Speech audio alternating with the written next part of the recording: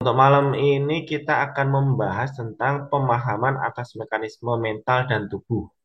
Nah, mungkin teman-teman dulu pas waktu di sekolahan mungkin pernah lah bahas tentang apa itu struktur tubuh itu seperti apa, terus kayak membahas tentang mental, psikologis itu seperti apa.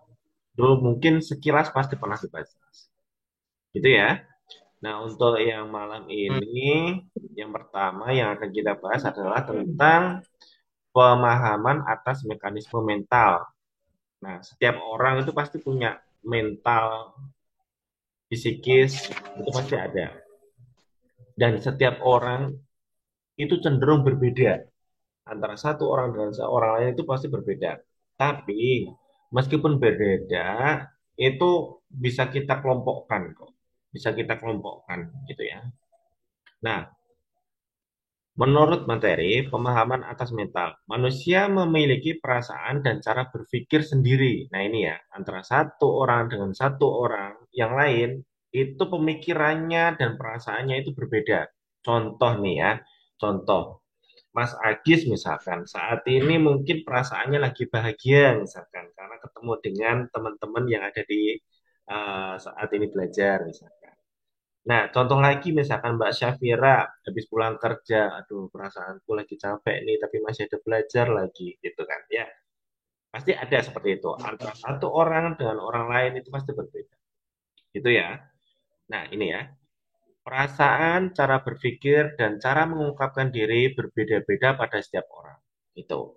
Perbedaan tersebut terkait dengan sifat, pengalaman hidup, pendidikan, faktor-faktor lainnya dari orang tersebut selama ini. Banyak faktor yang mempengaruhi ya. Perasaan dan cara berpikir berubah sejalan dengan pertambahan usia. Nah, mungkin dari apa teman-teman yang ada di sini, yang belajar di sini itu pola pikirnya dengan saya yang mungkin usianya sudah segini itu mungkin berbeda gitu. Mungkin dari Mas Agis, Mbak Syafira, Mbak Syara, Mbak Rika itu pola pikirnya misalkan ketemu dengan satu masalah itu mungkin masih ini ya, masih bingung ya misalkan. Contohnya gini, ketemu dengan satu masalah gitu. Pasti uh, apa ya, bawaannya itu energik, pengen menyelesaikan masalah dengan cepat, dengan ya mungkin masih gerusa-gerusu seperti itu. Tapi beda dengan yang mungkin sudah tua, punya banyak pengalaman, terus pola pikirnya sudah terbentuk kayak gitu. Nah, itu dari setiap orang berbeda dan umur pun juga mempengaruhi. Gitu ya. Oke. Dan di sini perlu digarisbawahi, staf perawat lansia perlu memahami perasaan orang yang dihadapinya.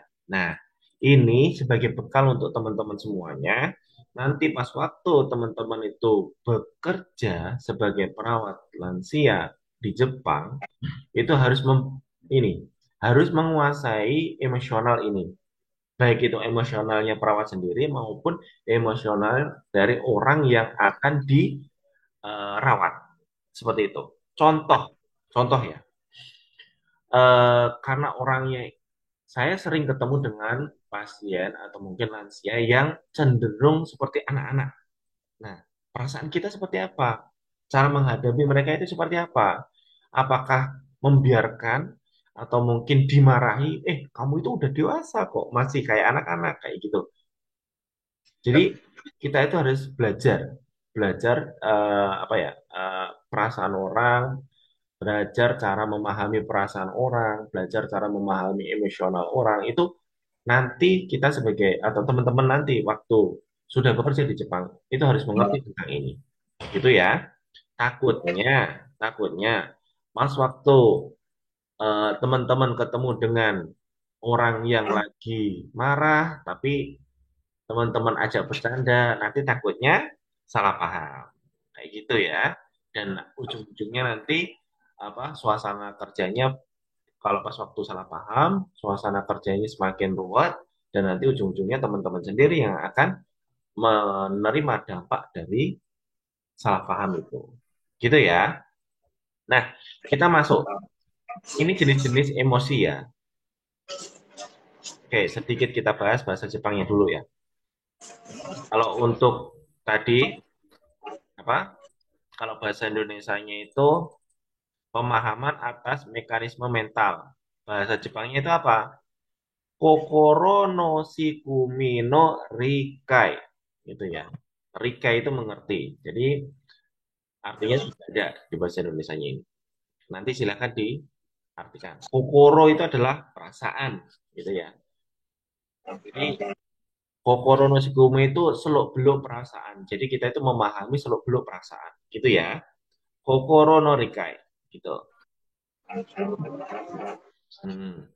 Oke, balik lagi ke bahasa Indonesia ya. Nah, dari emosi, emosi itu sendiri dibagi menjadi empat, yaitu ada bahagia, marah, sedih, dan senang. Ya, seperti yang saya sampaikan tadi, mungkin saat ini Mas Agis lagi bahagia, ketemu dengan Mbak Syafira, Mbak Sarah, Mbak Rika, Mas Soleh, kayak gitu ya. Mungkin saat ini Mbak Syafira lagi sedih, karena mungkin habis pulang kerja, tapi kok masih belajar, kayak gitu. Pasti ada seperti itu ya.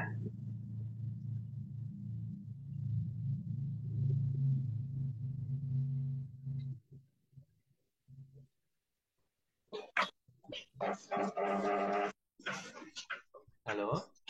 Putus-putus? Putus-putus nggak, teman-teman? Enggak sampai Aman ya? lancar, Lancar ya? enggak aman. Oke. Oke, kembali lagi. Emosional, emosi, atau bahasa Jepangnya itu disebut dengan, nih, kanjo. Ya, kanjo. Itu dibagi menjadi empat. Kalau bahasa Jepangnya itu, yang kalau senang itu adalah yorokobu. Ya, yorokobu. Nanti teman-teman kalau ketemu dengan yorokobu, nih, yorokonde. Yorokonde nih, dengan senang hati. Gitu, misalkan. Terus itu adalah senang, bahagia, bahagia ya. Yorokobu itu adalah bahagia. Terus okoru, okoru ini marah. Nih, okoru ini marah. Terus kanasimu, kanasimu ini tadi apa? Sedih.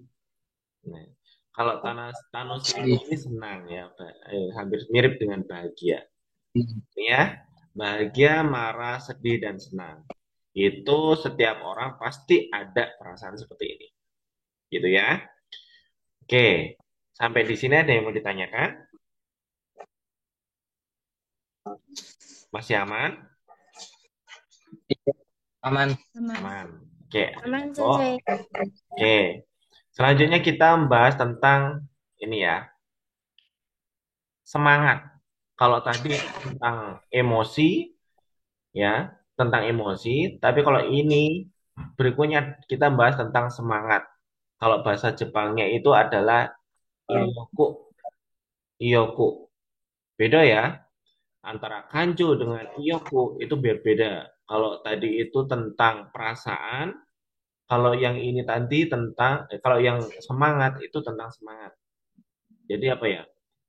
Orang meskipun bahagia, orang meskipun senang, tapi kalau nggak semangat, nggak ada artinya gitu ya. Misalkan gini, misalkan gini,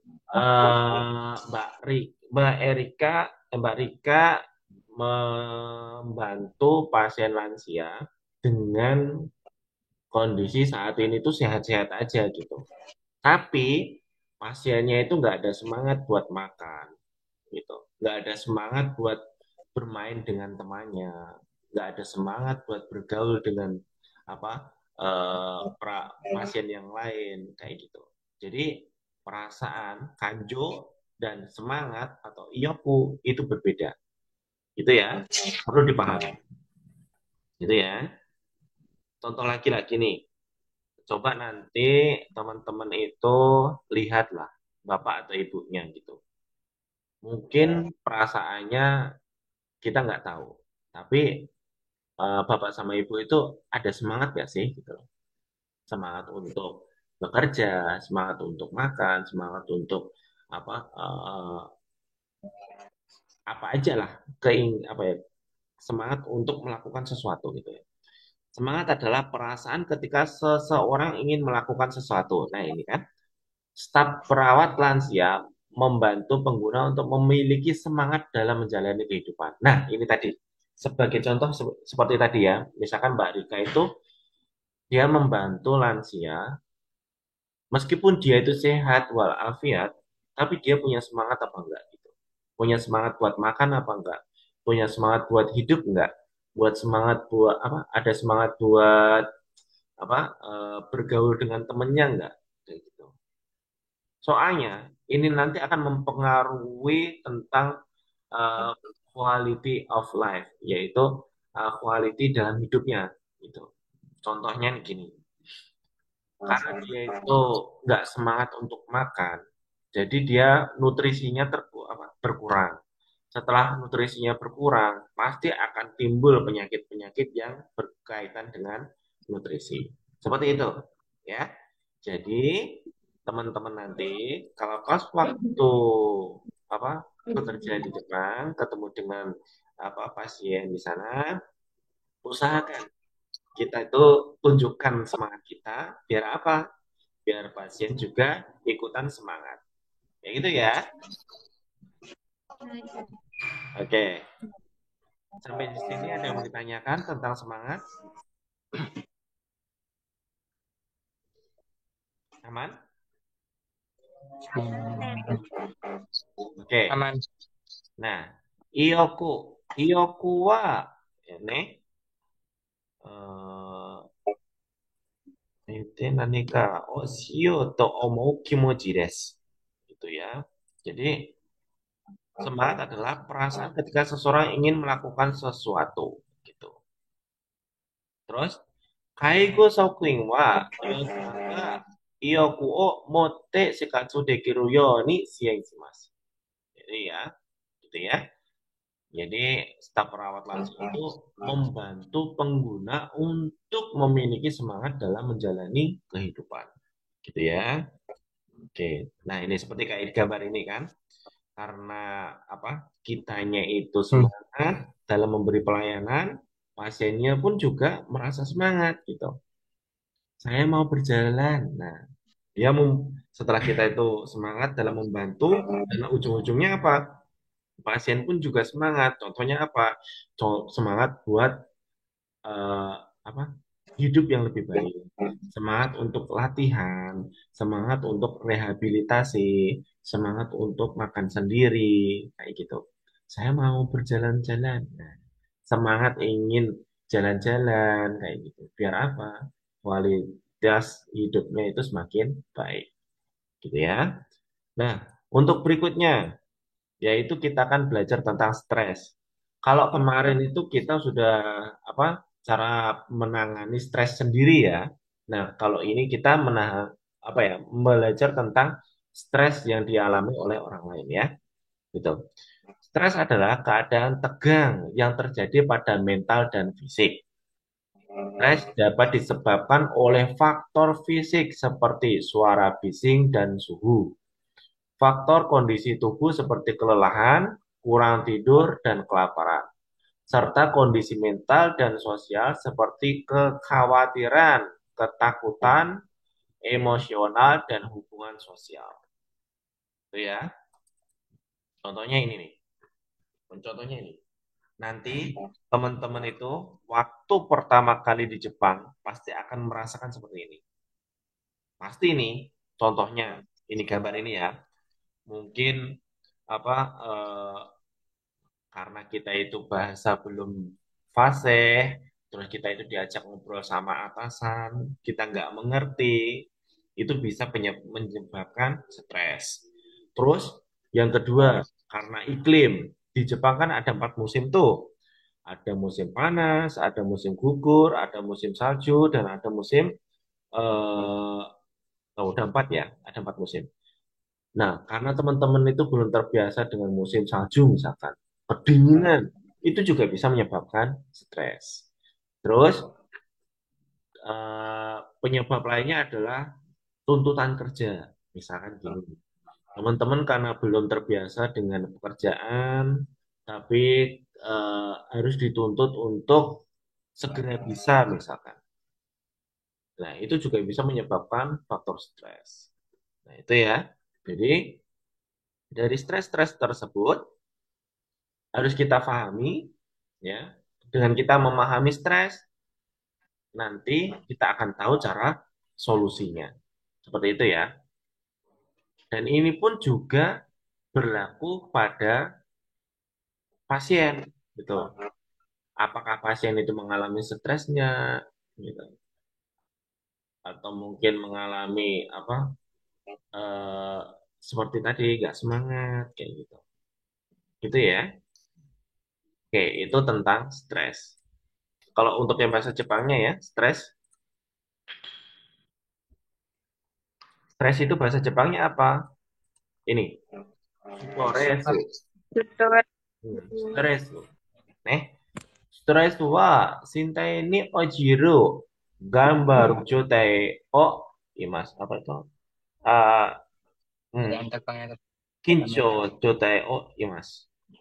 Stres gei to naru no ni wa eto soongnya ondo nado o butsu ri butsu riteki na mono ne hiro swimming fusoku ufuku nado o shintai teki na mono o fuang shinpai kofung eto ningen kanke nado o eto kayak teki na mono ga arimasu.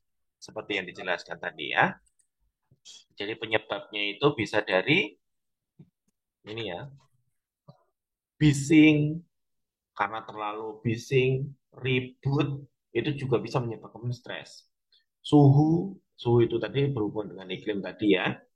Terus kondisi tubuh, nah karena kita capek, terus mau udah capek, kok terus masih ada tuntutan kerja, waduh, itu juga bisa menyebabkan stres. Terus kurang tidur, nah ini ya teman-teman ya. Makanya kemarin itu cara menangani stres adalah salah satunya apa? Cukup tidur, cukup makan. Nggak usah berlebihan, cukup tidur, cukup makan. Gitu ya. Dan kelaparan. Wah, nah ini kan. Lapar juga bisa menyebabkan stres. Gitu ya. Gitu ya. Mas Agis biasanya kayak gitu. Ini. Kalau lapar nanti tanduknya keluar. Gitu ya. Wah, Oke, itu ya penyebab stres. Kalau untuk cara penanganannya kemarin ya, ada tiga ya. Yang pertama apa? Cukup makan dan cukup tidur. Terus yang kedua, healing. Ya. Healing. Nah, healing. Terus yang ketiga, konsultasi, curhat, Curhat. curhat gitu ya. Gak apa-apa. Nanti kalau misalkan di sana, di Jepang, kok saya itu kayaknya beban pikiran saya itu banyak ya. Curhat sama orang tua nggak apa-apa. Tapi kalau bisa, ya bagus-bagus saja, gitu kan. Takutnya nanti orang tua juga sih apa, simpai, khawatir kayak gitu. Kalau saya sih menyarankan kalau misalkan nanti sudah berangkat di Jepang, konsultasinya itu sama temen aja nggak apa-apa. Temen apa di tempat kerja atau mungkin ada senpai gitu kan. Mungkin nanti dari curhat itu teman-teman ada solusinya gitu. Gitu ya. Misalkan nih, misalkan dulu itu waktu saya pertama kali di Jepang itu stres gara-gara makanan, teman-teman. Gara-gara makanan, beneran. Soalnya di sana kan yang halal kan sedikit. Otomatis kan saya masak sendiri. Dan masak pun juga karena saya kan baru pertama ya. Saya baru pertama di Jepang, saya harus milih-milih bahan makanan. Kayak gitu tuh. Itu yang menyebabkan saya stres di sana. Dan setelah saya curhat sama senpai, setelah saya curhat sama apa guru saya, dan mereka mengasih solusi. Ini loh yang boleh dimakan. Oh ini loh tempat beli makanannya kayak gitu. Gitu ya. Nanti silakan. Kalau misalkan teman-teman sudah di Jepang, nanti bisa curhat sama kami juga nggak apa-apa. Sama Mbak Ita, sama apa Bang Yasir, sama saya, sama Prof, sama Bang Dede nanti. Nanti curhat aja nggak apa-apa. Gitu ya. Oke, sampai di sini paham ya? ya paham. Oke. Nah, untuk Kokoro Tokara Shikumi, yaitu tadi tentang apa? Yang pertama itu tentang emosi, yang kedua itu tentang semangat, yang ketiga tentang stres. Oke, ini nanti perlu diingat ya. Oke, selanjutnya yaitu kita bahas tentang memori. Memori, memori atau daya ingat ya. Memori atau daya ingat. Oke, untuk memori, memori berarti mengingat sesuatu tanpa melupakannya. Nah, waduh, kalau bahas tentang memori ini saya menjadi kayak sakit hati. Memori saya di saat waktu SMA itu menyakitkan karena ketemu dengan seseorang. Nah, misalkan seperti itu ya, contoh ya, ini contoh aja, ini contoh aja. Katanya, mungkin teman-teman juga punya memori-memori yang menyakitkan, memori-memori yang menyenangkan kayak gitu ya. Nah, kalau bahasa Jepang itu memori itu apa?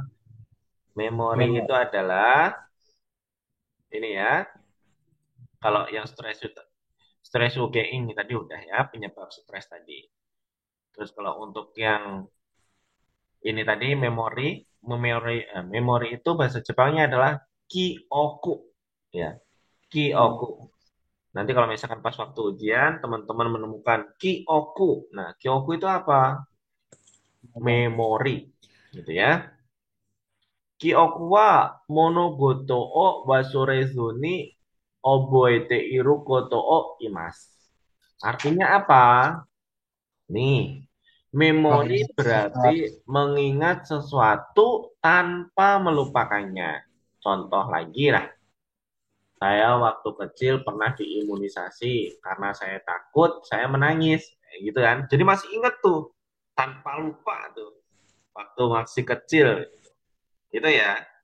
Hmm. Oke, nah kita sekarang masuk kepada proses perekaman atau proses perekaman memori, proses pembuatan memori, gitu ya.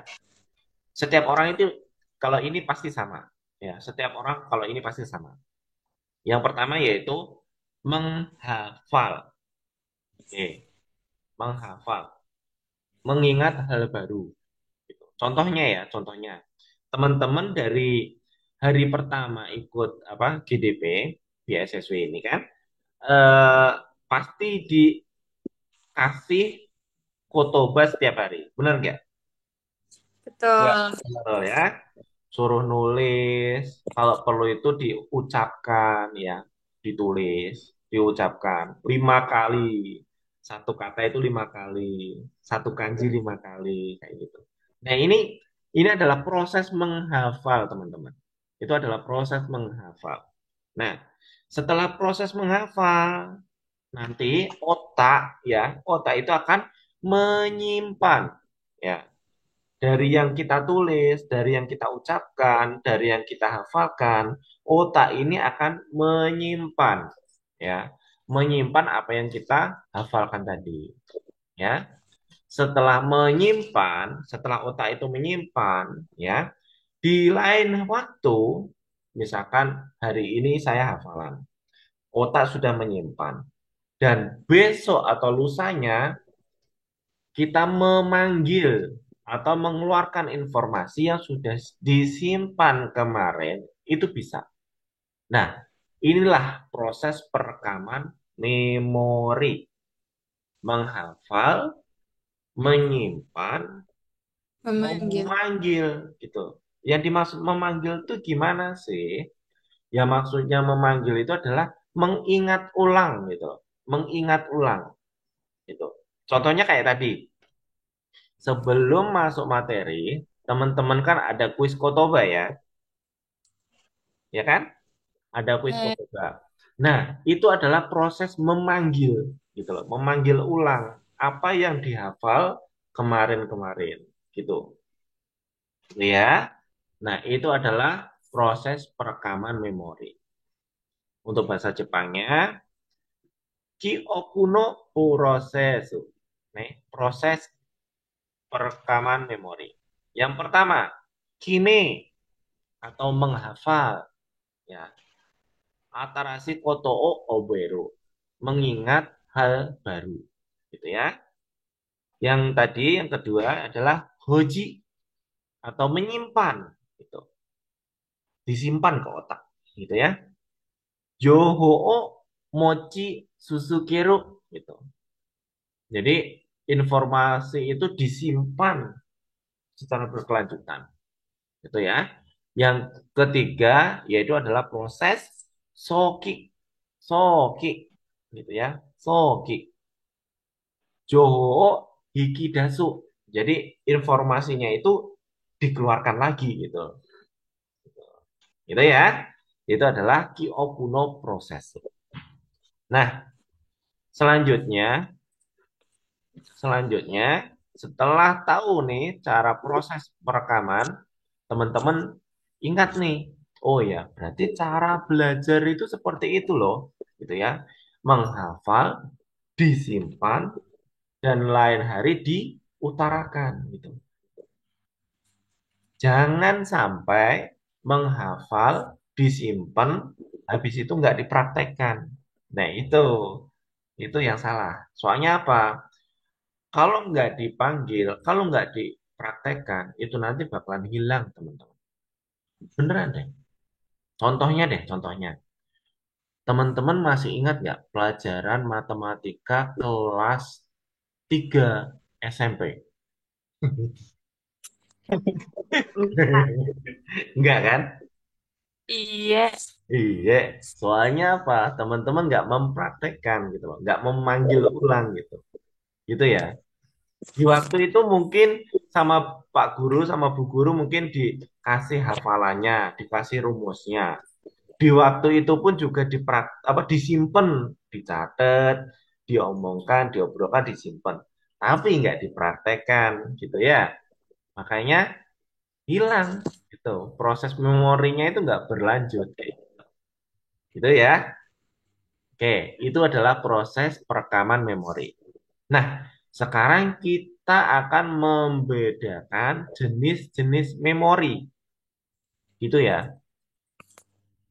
Jenis-jenis memori itu sebenarnya kalau nanti belajar lebih lanjut itu masih ada lagi selain ini. Tapi karena ini adalah belajarnya masih tahap yang awal, cukup ini aja nanti yang dihafalkan.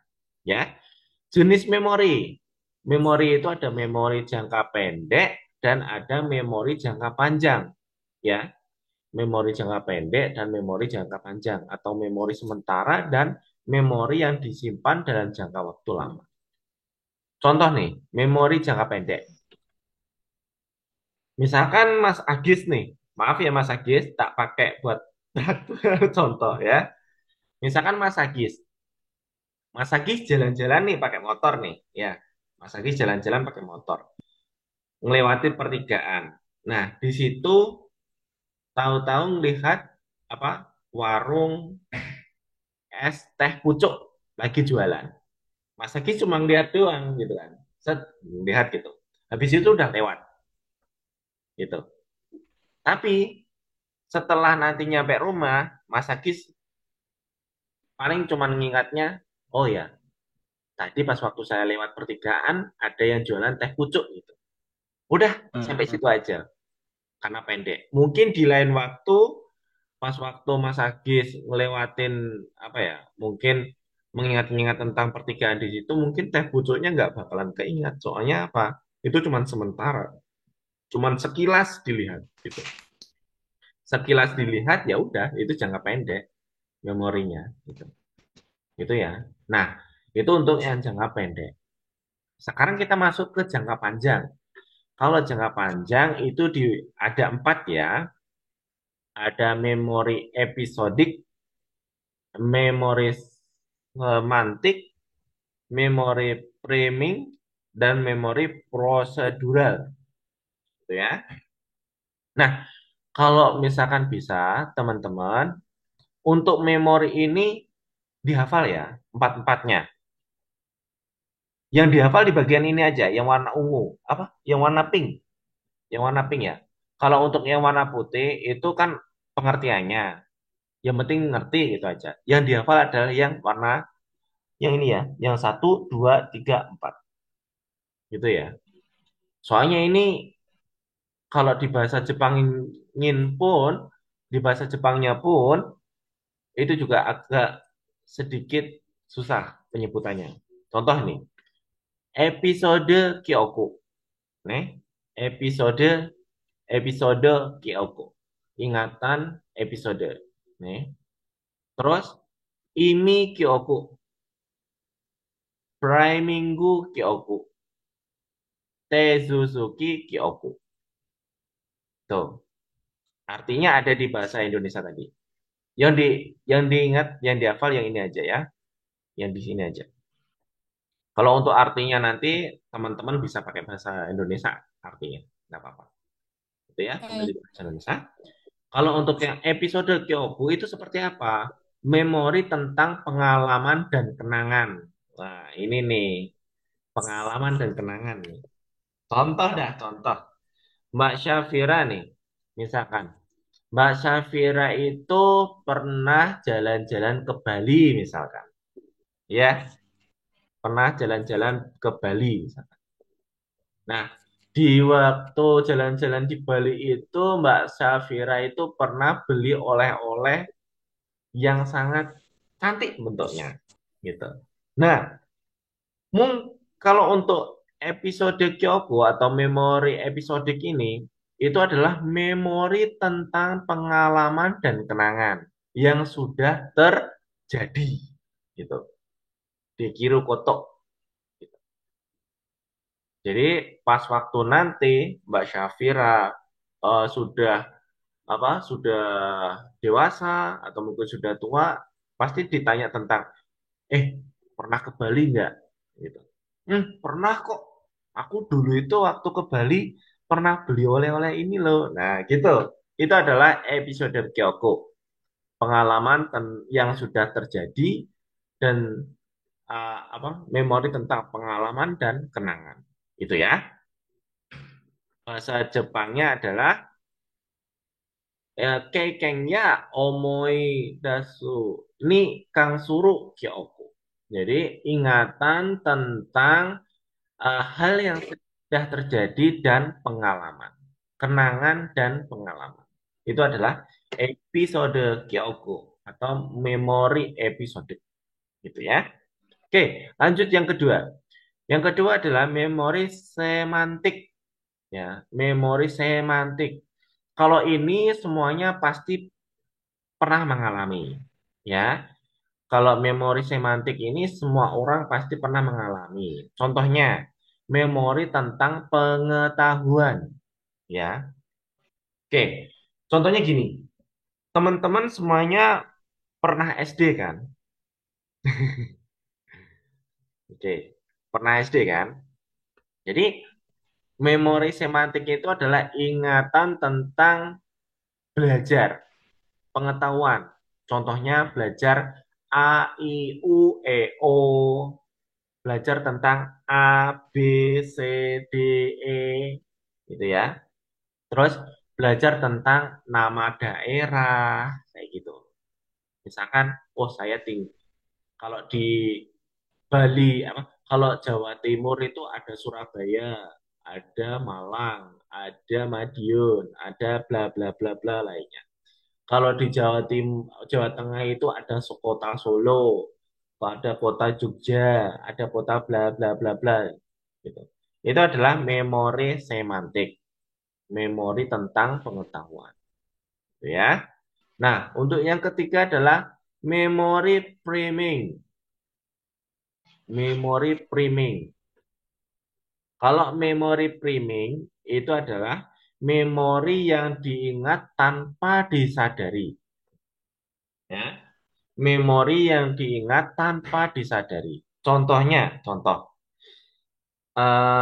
Mbak Rika misalkan. Mbak Rika itu kalau setiap pagi habis bangun tidur, mandi, sikat gigi. Nah, sikat gigi itu ingatan yang tanpa disadari gitu. Contohnya gini, kita nggak perlu lagi mengingat cara sikat gigi, ya kan?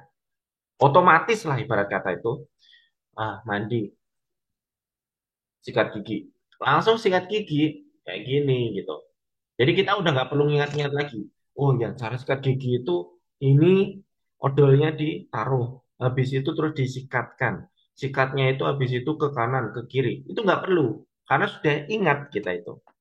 Tanpa kita sadari itu kita udah bisa melakukan. tanpa kita itu harus mengingat-ingat lagi gitu. Itu ya. Itu adalah memori priming. Kayak cara makan, terus kayak cara pakai baju, kayak gitu. Ya, gitu. Terus yang terakhir adalah memori prosedural. Kalau memori prosedural itu adalah memori yang diingat oleh tubuh. Contohnya, contohnya gini, eh, Mbak Sarah naik sepeda.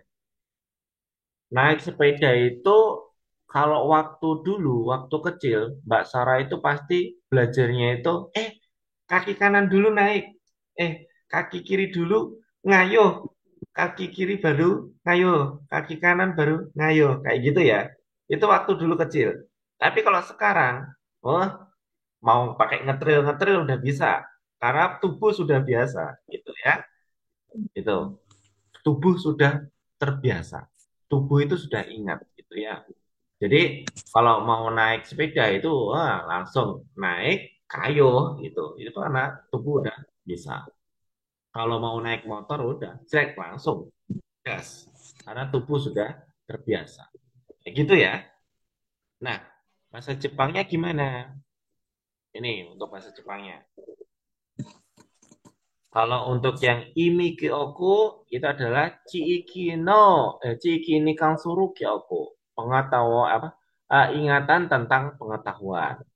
Terus yang ketiga tadi adalah Preminggu Kyoku, yaitu adalah Ishiki Seizu ni Oboete Iru Kyoku. Jadi ingatan tak apa memori tentang ingatan tanpa ini ya, tanpa disadari pun kita sudah ingat. Seperti itu. Yang terakhir adalah Te Suzuki Kyoku. Karadade Oboete Iru Kyoku. Jadi memori tentang ingatan yang dilakukan oleh tubuh. Seperti itu. Oke, sampai di sini ada yang mau ditanyakan? Sensei, Hmm, Sensei. hmm, hmm. Berarti yang memori priming sama memori prosedural itu termasuknya ke dalam golongan kebiasaan, bukan? Ya, betul, betul. Kebiasaan. Jadi kita itu udah terbiasa ya. Kita itu udah biasa. Eh, yang pre-minggu itu tadi itu tentang ini ya, memori yang diingat tanpa disadari gitu. Contohnya kalau misalkan kita itu haus ya kita minum gitu kan. Kalau misalkan kita itu lapar ya kita itu makan. Terus kalau misalkan kita itu suka apa misalkan apalagi itu kepanasan berarti kita meneduh gitu. Gitu ya. Jadi Hai. kita itu tanpa sadar itu kita melakukan gitu yang sudah diingat gitu. Tapi kalau untuk yang prosedural itu ada gini aja cara cara mengingatnya ya, cara membedakan antara yang apa priming sama prosedural. Kalau yang priming itu kita tanpa sadari kita melakukan. Tapi kalau untuk prosedural itu ada tahap-tahapnya gitu. Contoh, kalau naik sepeda itu harus pakai misalkan kaki kiri dulu gitu ya. Kaki kiri dulu naik baru habis itu terus apa pedalnya itu digas baru kaki kiri naik. Habis itu baru kayu. Nah, itu kan ada proseduralnya itu. Ada tahap-tahapnya itu, step-stepnya itu. Nah, itu adalah memori prosedural. Contoh lagi Hmm. kayak naik sepeda motor. Naik sepeda motor itu pasti kunci dicolokkan dulu. Habis itu terus dinyalakan. Habis itu di starter. Habis itu baru digas. Nah, itu kan prosedural tuh. Nah, tanpa kita sadari, tubuh itu udah menyesuaikan diri gitu. Udah inget gitu. Malah merem iso gitu ibarat kata itu. Tutup mata pun bisa ibarat kata. Itu adalah memori prosedural. Gitu ya. Pokoknya kebiasaan kita lah. Gitu. Udah biasa ibarat kata. Gitu. Oke? Ada lagi yang mau ditanyakan? Hai. Mm-mm. Bagus ya. Oke. Ada yang mau ditanyakan lagi? Nanti cukup yang satu, dua, tiga, empat ini aja yang diingat ya. Baik itu bahasa Indonesianya maupun bahasa Jepangnya. Ya, nanti silakan diartikan sendiri kalau Hmm. misalkan bukunya belum ada. Tapi kalau misalkan sudah ada, Ini saya sebutkan nanti boleh dicoret-coret di catatannya. Itu ya. Oke, selanjutnya adalah tentang ini. Yokyu. Yokyu. Yokyu. Apa sih itu Yokyu? Yokyu adalah kebutuhan. Nah, gitu ya. Yokyu adalah kebutuhan. Kebutuhan itu apa sih? Kebutuhan adalah keadaan menginginkan sesuatu. Itu. Contoh ya, contoh. Paling dasar aja deh. Paling dasar aja. Teman-teman itu butuh makan nggak sih? Ayo. Teman-teman itu butuh makan nggak sih? Butuh Butuh ya? sih. Butuh. Butuh. Nomor Butuh makan, butuh minum, butuh tidur, butuh apa lagi? Butuh dikasihani, bukan kasihani ya, butuh dicintai, butuh disayangi, ya. Pokoknya kita itu perasaan-perasaan butuh gitu ya. Butuh apa ya? Barang yang mewah, butuh baju, kayak gitu. Itu adalah kebutuhan. Atau bahasa Jepangnya yaitu yokyu, yokyu, nih, yokyu. 何かを欲しいね。何かを欲しいと思う人だよ、言います。Jadi, keadaan di mana ingin sesuatu itu adalah artinya. Ya, kebutuhan adalah keadaan menginginkan sesuatu. Nah, kalau di dunia medis atau mungkin di dunia apa ini ya, eh, ya medis ya, dunia psikologis itu kita menggunakan teori Abraham Harold Maslow atau mungkin teori Maslow. Kalau misalkan teman-teman dulu pernah belajar teori Maslow, mungkin kita ulang lagi ya. Nah, di sini teman-teman juga harus paham dan mengerti tentang teori Maslow. Karena dengan mengerti teori Maslow ini, teman-teman akan ngerti apa sih yang dibutuhkan orang lain, apa sih yang dibutuhkan oleh pasien gitu. Itu ya. Oke, yang pertama, sebelumnya kita membacanya dari bawah ya. Teori Maslow itu ada 5.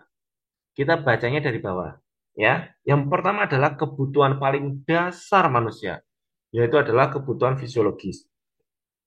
Kebutuhan fisiologis itu apa? Ya kayak sandang, pangan, papan, itu adalah kebutuhan fisiologis. Ya, kebutuhan untuk mempertahankan hidup. Misalkan butuh tidur, ya, butuh makan, butuh minum, ya, butuh baju, kayak gitu. Itu adalah kebutuhan fisiologis. Yang kedua adalah kebutuhan akan rasa aman, gitu ya. Contoh ya, misalkan ya kalau misalnya kita itu sebagai anak gitu kita itu butuh dilindungi oleh orang tua ya kita itu butuh dilindungi oleh negara dan kita itu butuh dilindungi oleh hukum itu adalah kebutuhan dasar manusia dan semuanya ini pasti ada gitu dan semua ini pasti butuh orang gitu ya ya itu adalah kebutuhan dasar di garis bawah aja ini kan ada garis putus-putus ya. Yang dua bawah ini adalah kebutuhan dasar manusia dan di setiap manusia pasti ada. Itu. Oke. Yang berikutnya yang ketiga adalah, nah ini yang 3, 4, 5 ini belum tentu setiap orang itu mendapatkan, tapi juga pasti akan mendapatkan. Yang ketiga, kebutuhan akan rasa memiliki dan kasih sayang. Nah, yang saya contohkan tadi itu adalah kebutuh untuk dicintai, butuh untuk disayangi, ya, ya dari orang lain, gitu ya. Butuh di apa? eh, aku itu sebagai anak itu ya butuh dicintai orang tua, butuh disayangi orang tua, seperti itu. Itu untuk yang nomor 3, ya. Yang nomor 4 itu adalah kebutuhan akan penghargaan. Penghargaan ini bukan ini ya, trofi itu bukan ya. Bukan seperti itu. Tapi ini lebih cenderung ke ini ya, apa psikologisnya ya. Contohnya, butuh dihargai oleh orang lain. Kayak gitu. Butuh dihargai oleh orang lain. Pas waktu kita itu rapat, contohnya ya, pas waktu kita itu rapat, kita itu butuh dihargai, pendapat kita itu didengar gitu ya. Butuh dihargai. Seperti itu. Oke ya. Dan yang kelima adalah kebutuhan akan aktualisasi diri. Nah, aktualisasi diri eh, ini puncak-puncaknya ya. Contohnya gini, kebutuhan aktualisasi diri itu adalah kebutuhan untuk memaksimalkan potensi diri sendiri. Contohnya gini, teman-teman ini kan saat ini kan dalam proses ya, dalam proses aktualisasi diri, yaitu memaksimalkan potensi diri. Kalau orang yang nggak memaksimalkan apa potensi diri, itu adalah orang-orang yang ya kalau udah dapat itu ya udah gitu loh, cukup itu aja gitu. Tapi kalau untuk yang aku ki pengen gitu loh, aku ki pengen memaksimalkan potensiku. Nah, aku ki pengen pergi ke Jepang biar aku apa? Biar aku nanti itu potensiku, terus karirku dan bla blanya itu semakin tinggi. Nah, itu gitu ya. Semakin berjaya gitu. Nah, itu adalah yang nomor 5. Itu ya. Saya ulangi lagi. Untuk teori Maslow itu ada 5. Yang pertama dan yang kedua itu adalah kebutuhan dasar. Setiap orang pasti butuh. Dan yang 3, 4, dan 5 itu adalah kebutuhan sosial. Jadi antara diri dengan orang lain bersosialisasi, gitu ya. Butuh rasa dicintai, butuh rasa dihargai, dan butuh memaksimalkan potensi diri, kayak gitu. Itu adalah kebutuhan sosial. Sampai sini paham? Hai, wakarimashita. Oke, Terima arigato. kasih. Oke, kita coba lihat bahasa Jepangnya ya. Hai. Oke, kalau untuk bahasa Jepangnya ini, yang pertama itu adalah seri teki yoku, ya, yokyu, seri teki yokyu. Nah, anu ya, kalau untuk bahasa Jepangnya ini ya tadi adalah kebutuhan dasar ya, kihon teki yokyu. Nih, kihon teki yokyu wa futatsu ga arimasu. Hitotsu wa seri teki yokyu atau kebutuhan apa tadi?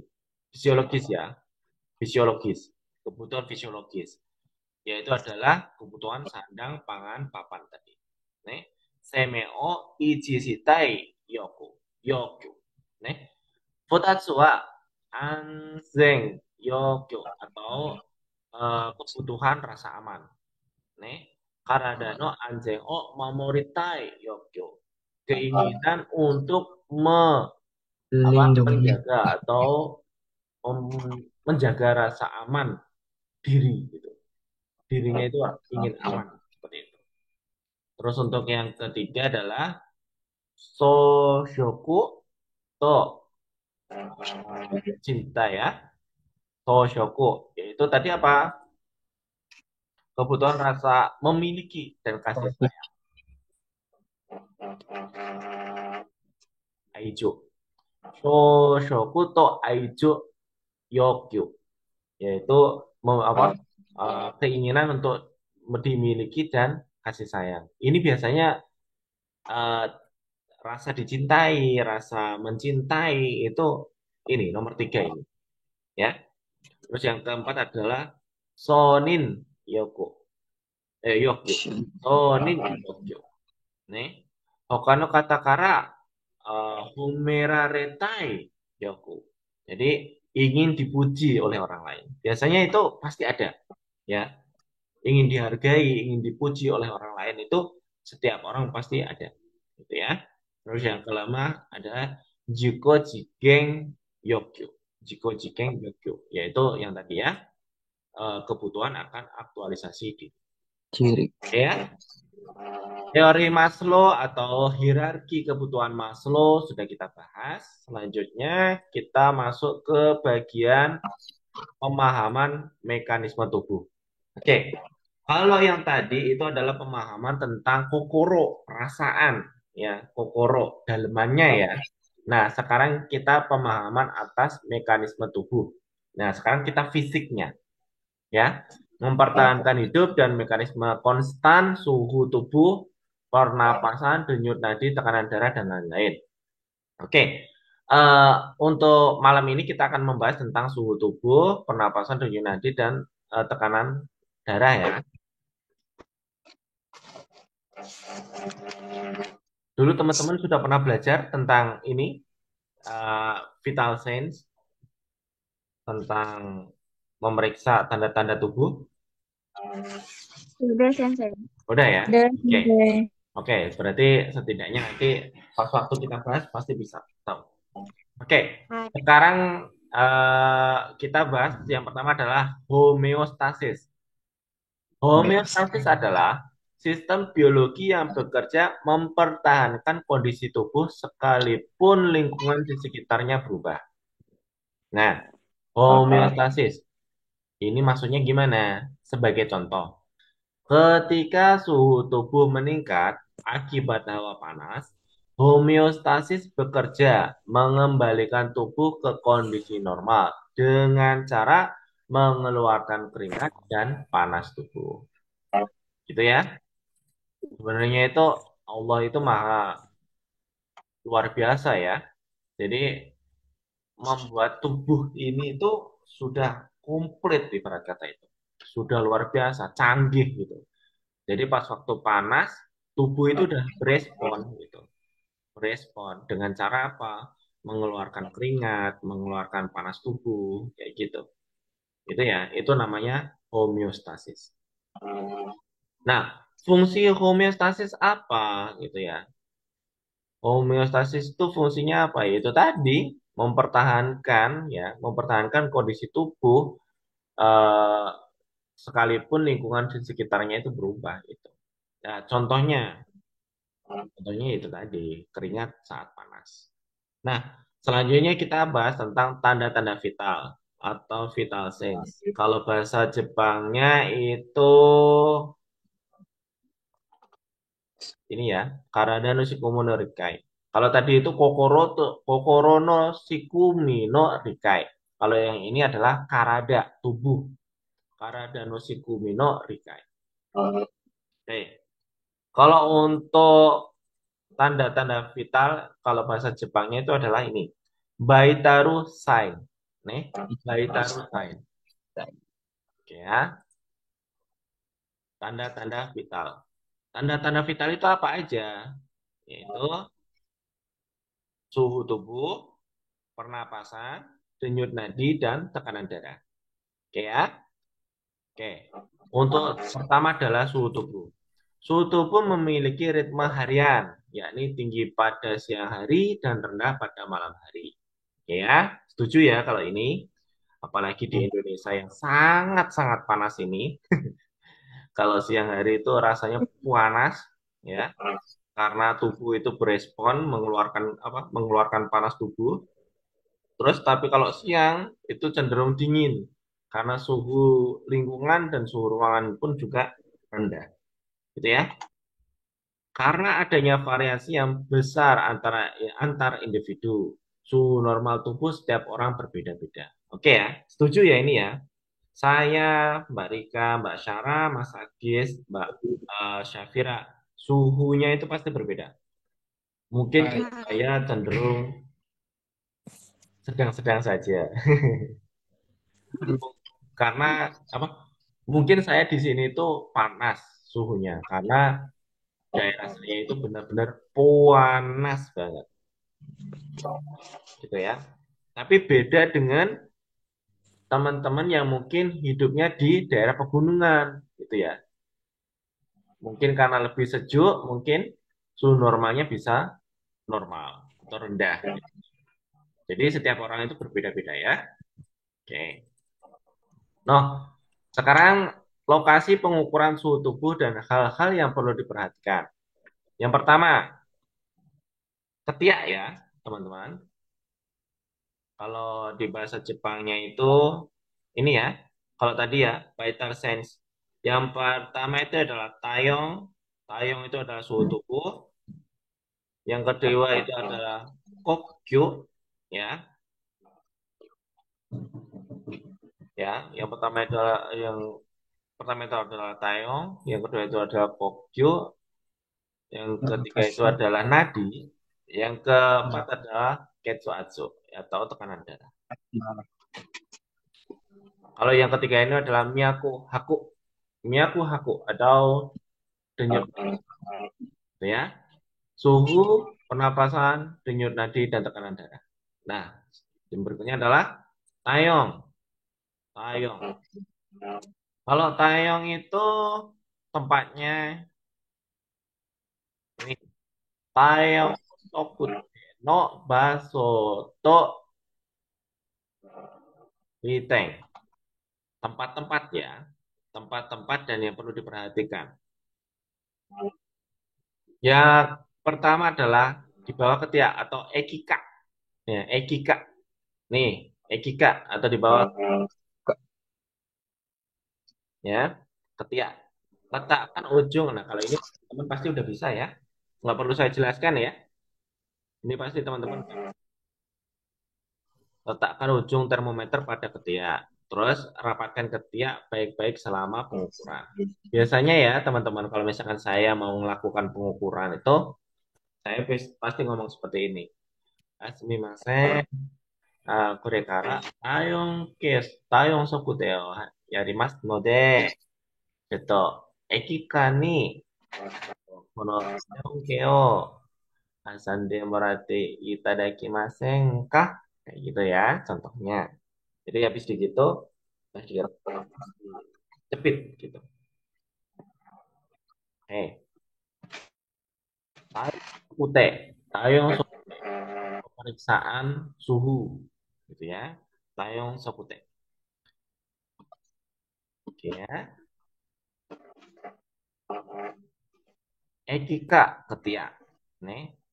Sonota. Kalau sonota itu yang lainnya ya. Sonota, lokasi lain gitu ya. Bisa di dahi, bisa di telinga, terus yang lainnya di mana lagi, teman-teman? Kalau misalkan saya boleh bertanya. Selain di dahi, selain di telinga, di mana lagi?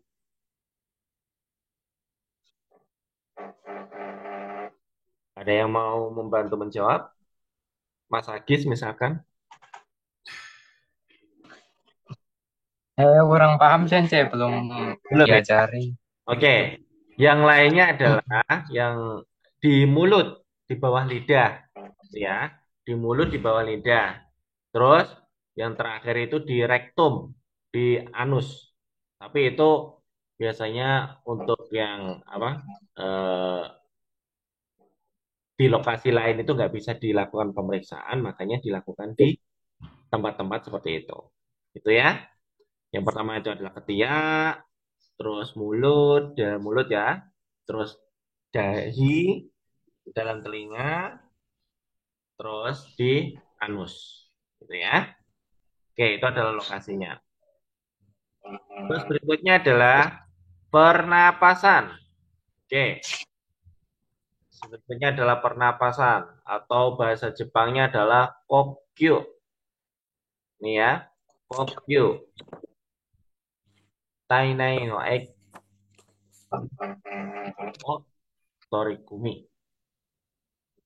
Oke, pernapasan. Pernapasan merupakan kegiatan memasukkan oksigen ke dalam tubuh dan mengeluarkan karbon dioksida atau CO2. Oke, pernapasan dilakukan secara teratur dan tanpa sadar.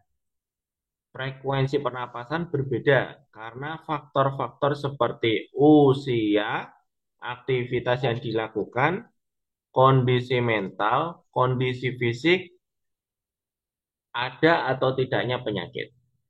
Oke ya. Nah, pernapasan itu kadang itu berbeda dipengaruhi oleh usia, aktivitas yang dilakukan, kondisi mental, kondisi fisik, dan ada atau tidaknya penyakit. Contoh, mental misalkan. Saat ini lagi stres nih. Saat ini lagi stres. Jadi biasanya kalau orang stres itu cenderung pernapasannya itu cepat, ya. Berikutnya, kondisi fisik. Mungkin karena fisiknya itu capek, ya. Karena fisiknya itu capek, makanya pernapasan itu cenderung cepat, misalkan gitu. Terus ada atau tidaknya penyakit. Contoh lagi, penyakit asma misalkan. Penyakit asma, orang yang mengalami penyakit asma biasanya itu cenderung napasnya itu cepat dan dangkal. Misalkan seperti itu. Itu ya. Terus untuk staf perawat lansia memeriksa apakah pengguna susah bernapas, ada dahak atau tidak, terus mengeluarkan bunyi atau tidak. Nah, ini yang perlu digarisbawahi pas waktu apa? Pas waktu teman-teman itu melakukan pemeriksaan, itu teman-teman harus melihat pasiennya itu mengalami ini enggak sih? Susah bernapas enggak? Terus ada dahak apa tidak? Terus mengeluarkan bunyi atau tidak? Itu. Itu yang pas waktu pemeriksaan aja, ya. Misalkan pas waktu saya meriksa pasien nih, misalkan saya meriksa Mas Agis nih. Oh ya, Mas Agis itu napasnya ternyata cepat, nggak ada gangguan, misalkan. Berarti nggak eh, susah bernapasnya itu nggak ada. Terus pas waktu bernapas itu kok ada grok-grok gitu. Kalau nggak gitu, nih kayak gitu. Nah, itu yang harus diperiksa waktu melakukan pemeriksaan pernapasan. Gitu ya. Terus yang berikutnya adalah jika mengalami kesulitan bernapas yang parah, terus warna bibir dan kuku akan membiru atau cyanosis, kondisi disebut cyanosis. Woi, gitu ya. Jadi nanti kalau misalkan teman-teman itu punya anak atau mungkin orang tua atau mungkin nanti pasien yang ditangani mengalami susah bernapas yang parah, hati-hati. Kalau sudah ada warna bibir atau kuku itu membiru, itu berarti sudah masuk ke kondisi cyanosis. Hati-hati loh ya. Kalau sudah ada kondisi cyanosis, itu berarti pasiennya sudah ya. Oke, sampai di sini ada yang mau ditanyakan?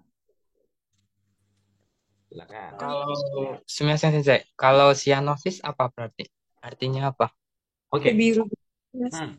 Cyanosis itu tanda-tandanya ini tadi ya. Tandanya itu warna bibirnya dan kuku itu membiru.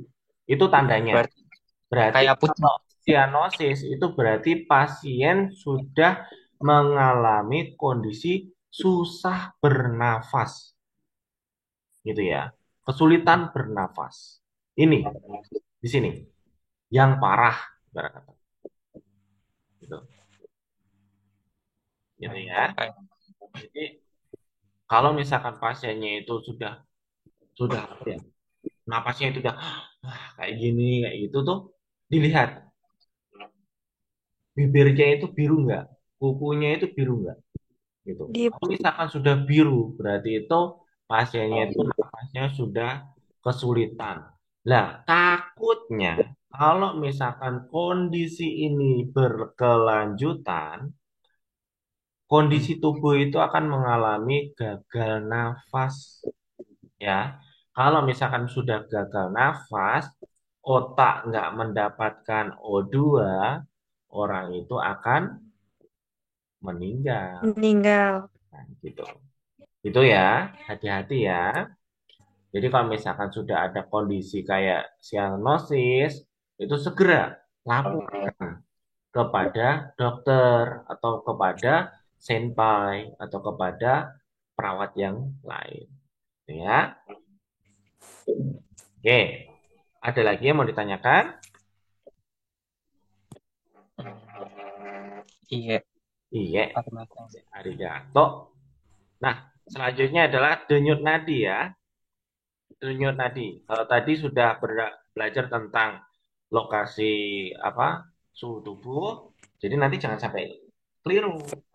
Kalau melakukan pemeriksaan, kalau yang suhu tubuh ya, kalau yang digital itu di dahi aja cukup, tip gitu. Kalau nggak gitu di bawah leher, tip gitu.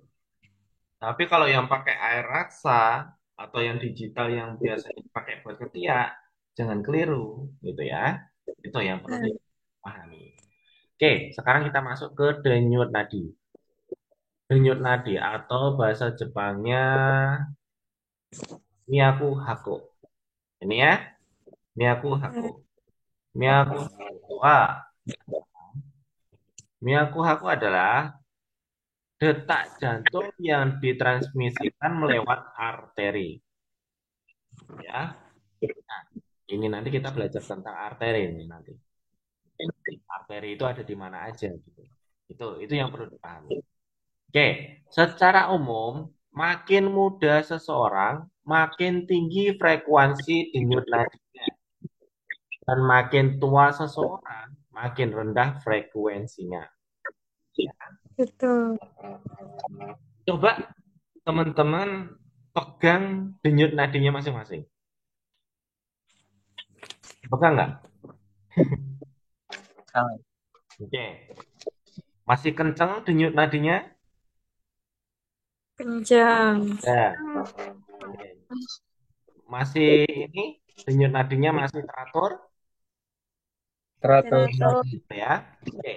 Berarti teman-teman itu masih aman ya. Kalau misalkan denyut nadinya sudah lemah dan mungkin nggak terlalu terasa, nah itu perlu dipertanyakan, gitu ya. Oke, frekuensi tadi berbeda karena faktor-faktor usia, aktivitas yang dilakukan, kondisi mental, fisik, dan yang lain-lain. Sama kayak yang pernapasan tadi ya. Untuk frekuensi Betul. denyut nadi pun juga sama. Karena mungkin faktor stres, karena faktor kondisi mental, denyut nadi juga bisa kenceng, cepat, kayak gitu.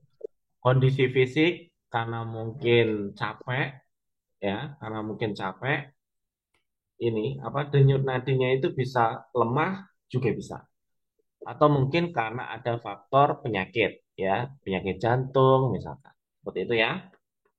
Baik. Yang perlu diperhatikan untuk staf perawat mengenai denyut nadi itu adalah apa? Yang pertama adalah frekuensi, ritme, dan kekuatan denyut nadi. Ini yang perlu diperhatikan ya.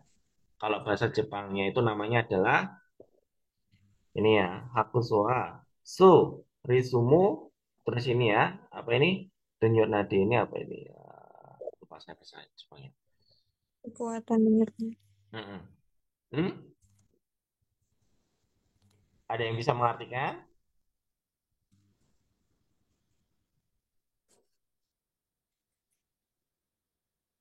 Belum ya? Oke, nanti kita bahas ya. Oke, yang pertama itu adalah apa frekuensi atau jumlahnya atau ininya ya, detak jantungnya, terus kekuatan denyutnya gitu ya. Itu. Baik. Itu yang perlu diperhatikan waktu memberikan pelayanan melakukan pemeriksaan pada pasien. Terus bagian-bagian yang perlu diperiksa itu atau letaknya itu di mana saja? Ini letaknya. Arteri temporalis, arteri karotis, brachialis dan radialis. Gitu ya. Coba teman-teman silakan raba di setiap titik-titik ini coba. Ada nggak denyutnya? Gitu ya. Ada. Ada ya. Kalau untuk yang di bagian kepala itu cenderung pada bayi ya. Pada bayi itu kelihatan banget. Biasanya nanti di kepala gini ada kayak jenut, jenut, jenut, jenut. Hmm. Itu kelihatan banget. Tapi kalau untuk yang dewasa itu mungkin nggak kelihatan ya. Tapi pas waktu diperiksa pun mungkin juga terasa. Tapi yang biasanya itu yang umumnya, yang kihong tekinya itu biasanya di sini, di bagian apa pergelangan atau arteri radialis ya. Tuh, kalau misalkan di sini nggak bisa diperiksa, periksa di sini, yang di bagian brachialis ya, bagian brachialis. Kalau brachialis nggak bisa di bagian karotis. di leher, gitu ya. Tuh, untuk bahasa Jepangnya ada nggak?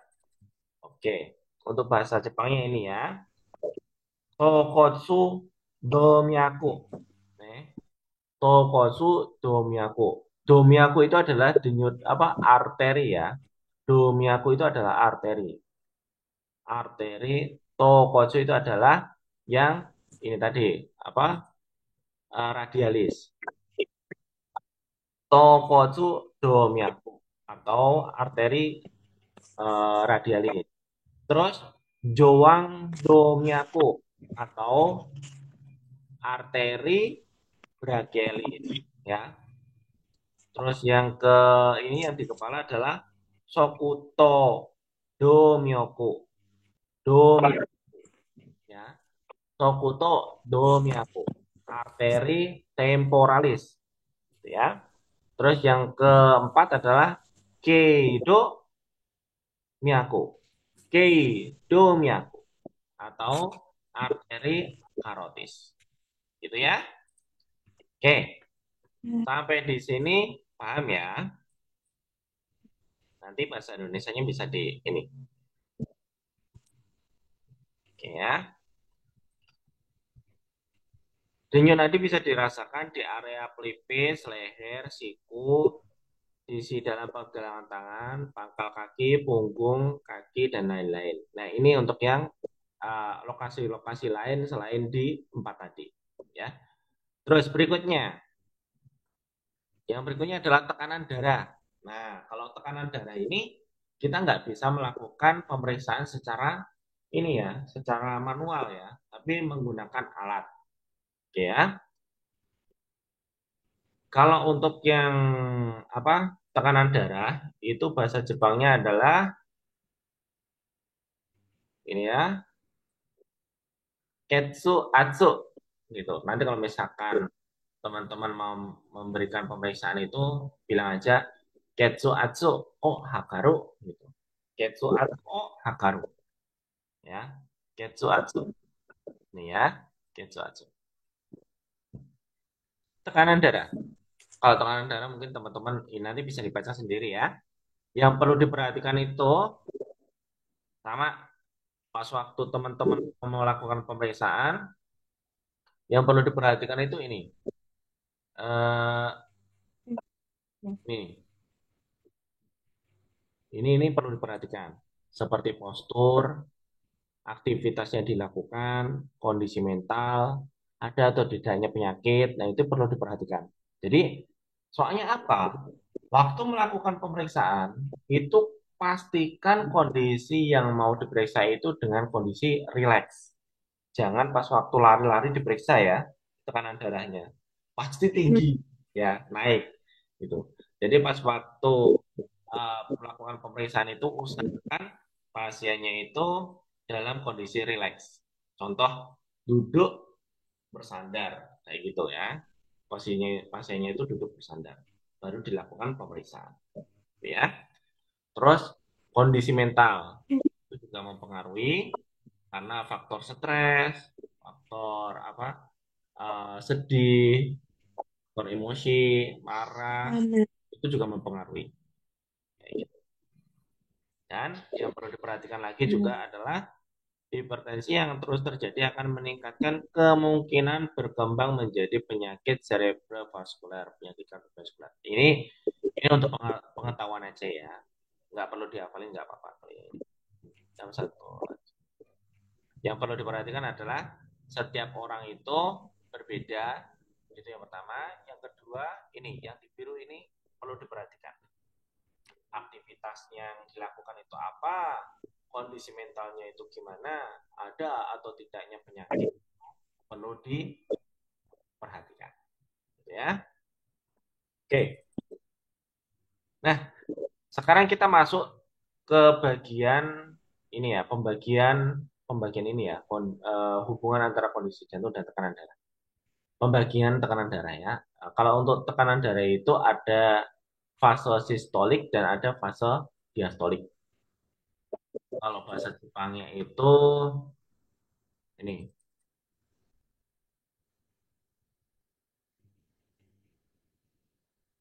Shinzo no jotai o ketsuatsu no kanke. Jadi kondisi jantung dan tekanan darah. Wah, hubungan antara tekanan darah dan kondisi jantung. Artinya gitu ya. Oke. Kalau untuk yang tadi, nanti kalau misalkan teman-teman itu apa membaca laporan catatan di sana nanti pas waktu kerja di Jepang, kalau ketemu kanji ini berarti ini angka yang atas ya, Shoshukuki. Jadi pas waktu melakukan pemeriksaan tekanan darah itu biasanya hasilnya nanti pas biasanya ya, kalau normal itu adalah ada nggak ya? Kalau normal itu 180. berapa? Kalau normal berapa coba? 120 per 80. 40. Oke, 120 per 80. Itu normal ya. 120 per 80. Nah, sistolik itu adalah Yang di atas. yang atas ya, yang 120. Kalau yang diastolik itu adalah yang bawah. Bawah. 80. Oke, paham ya sampai di sini? Lah, Baik. bahasa Jepangnya ini. Shushukuki itu adalah yang 120 atau yang atas atau yang takai. Kalau yang kakuchoki itu adalah yang diastol atau yang bawah, yang 80 gitu ya. Itu. Jadi kalau misalkan 120 per 80 itu berarti Shushukuki-nya itu 120, terus yang Kakuchoki-nya adalah 80. Nah, kalau untuk yang hipertensi itu gimana gitu? Kalau untuk yang hipertensi itu ini nih, Shokubuki Ketsuatsu atau bukan. Ini adalah yang normal ya. Kalau untuk yang tinggi itu adalah di atas 130, misalkan 140, 150 itu adalah yang Suzuki-nya. Kalau untuk yang yang diastolnya itu lebih dari 90. Misalkan 100 atau mungkin 150 itu adalah yang diastolnya. Ya. Misalkan 140 per 100. Nah, itu sistolnya 140, diastoliknya adalah 100. Gitu ya. Kalau ini mungkin teman-teman udah bisa ya bedainnya ya. Itu. Oke. Jadi aman ya. Oke. Hmm. Nah, sekarang kita bahas tentang kapan sih tekanan darah meninggi. Nah, karena tadi kan juga juga ini ya, kita juga harus tahu pas waktu melakukan pemeriksaan diri itu faktor aktivitas itu juga mempengaruhi. Faktor mental itu juga mempengaruhi. Penyakit itu juga mempengaruhi. Nah, kadang tekanan darah itu meninggi itu karena ini pun juga bisa. Contohnya ini, tekanan darah itu meningkat atau turun itu karena faktor-faktor seperti ini bisa. Contoh ini, emosional, marah, tekanan darahnya itu naik, itu bisa. Terus kurang tidur nih. Nah, tekanan darahnya itu turun, itu juga bisa, ya. Terus pas waktu ini nih, yang di toilet waktu mengejan, ya, mengejan ketika defekasi, itu juga bisa, ya. Terus merasa tegang, terus perubahan suhu, terus berolahraga tiba-tiba, menahan apa BAK atau BAB itu juga bisa mempengaruhi, gitu ya.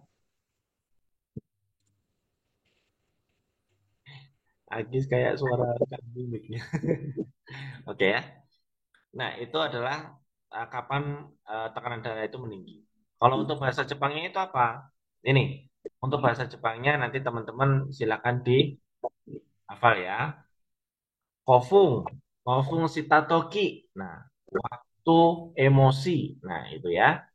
Terus swimming fusoku atau kurang tidur ya.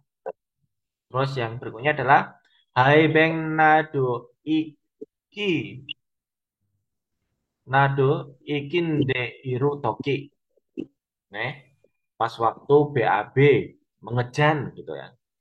Gitu ya. Terus yang berikutnya adalah kinco atau pas waktu nervous. Nah, pas waktu nervous itu juga bisa meningkatkan tekanan darah. Terus ini ya, kyo iku no ondo henka. Apa ini? Kondisi suhu yang berubah ya.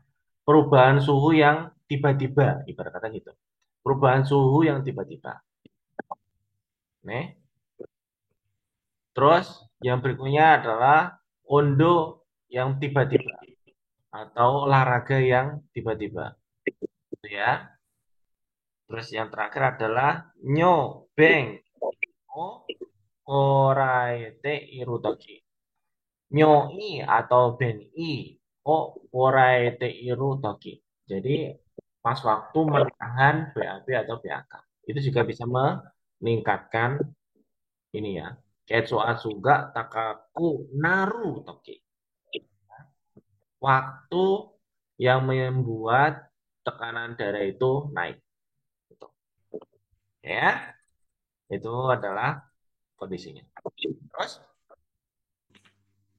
yang selanjutnya adalah tentang penyakit yang dipicu oleh hipertensi. Nah, untuk penyakit-penyakit ini nanti bisa dibaca sendiri ya.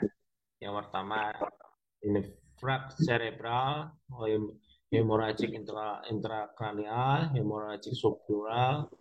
Biasanya ini hemorrhagic ini adalah stroke ya. Infak-infak ini, infak cerebral, hemorrhagic intrakranial, hemorrhagic sub arachnoid itu adalah yang ini ya, penyebab stroke-stroke gitu. Terus yang berikutnya adalah retinopati hipertensi ya.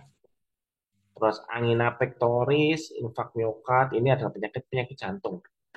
Nanti bisa dicari sendiri ya. Nanti kalau misalkan saya jelaskan takutnya waktunya nggak cukup. Kalau untuk bahasa Jepangnya ada ini ya. Nokosoku. Nah, nokosoku itu adalah stroke ya. Infak tadi. Nokosoku atau infak cerebral atau stroke itu tadi. Terus uh, no tsuketsu atau perdarahan otak ya. Perdarahan otak. Kumo maku ka. Kumo maku ka. Suketsu atau yang itu tadi perdarahan perdarahan di bawah ini apa tulang tengkorak gitu.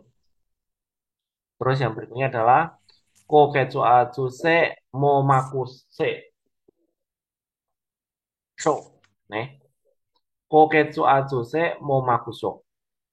Yang itu tadi ya, retinopatik ya, karena darah tinggi. Terus yang berikutnya adalah kyoshinsho, kyoshinsho dan shinkin koshoku. Itu nanti artinya sama ya kayak yang di bahasa Indonesia.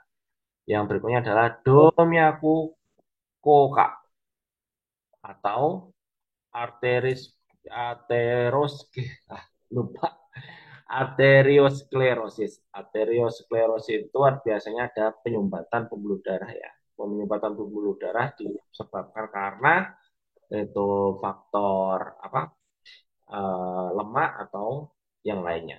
Itu ya. Oke, untuk penyakit-penyakit nanti bisa dipelajari lebih lanjut, dihafalkan sendiri ya. Kayaknya sampai mana nih? Mungkin terakhir ini kali ya. 52. Oke, struktur dasar tubuh. Nah, struktur dasar tubuh ini langsung ke bahasa Jepangnya aja ya. Struktur dasar tubuh langsung ke bahasa Jepangnya aja. Nanti biar teman-teman bisa apa di ini combine. Maksudnya itu di apa dicocokkan dengan yang bahasa Jepang. Bahasa Jepang dan bahasa Indonesia ini. Nah, yang pertama itu adalah tobu. Tobu itu adalah kepala ya. Karada no kihong ya. Karada wa tobu to keibu. Tobu to keibu. Keibu itu ada ini ya. Yang keibu itu yang ini. Keibu itu adalah yang bagian leher. Tobu itu adalah bagian yang ini ya, kepala. Terus kashi. Kashi itu adalah lengan atas. Maaf. Joshi. Joshi. Joshi itu adalah lengan atas. Terus kashi itu adalah lengan bawah. Ya. Joshi itu adalah lengan atas ini atau lengan ini. Terus yang kasih itu adalah yang alat gerak bawah, gitu ya, alat gerak bawah. Terus ini nobu, kyobu, kyobu, fukubu, taikang, tenohira. Tenohira itu adalah pergelangan ini ya, telapak tangan. Terus sokute, sokute itu adalah yang ini ya, bagian bawah ini ya, bagian kaki di bawah mata kaki itu, sokute. Oke, ini nanti bisa dicocokkan sendirilah sama teman-teman. Nanti dicari artinya, terus dicocokkan ke bahasa Indonesianya. Gitu ya. Bisa ya? Hai. Oke. Bisa. Halaman ini adalah halaman yang terakhir. Mungkin ada yang mau ditanyakan sebelum kita masuk ke Kaiwa. Hmm. Ada yang mau ditanyakan? Silahkan.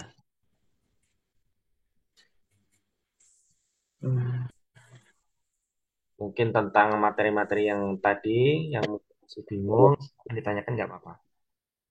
Oke ya. Kalau untuk saraf itu besok ya. Pertemuan berikutnya. Oke. Nggak ada? Aman?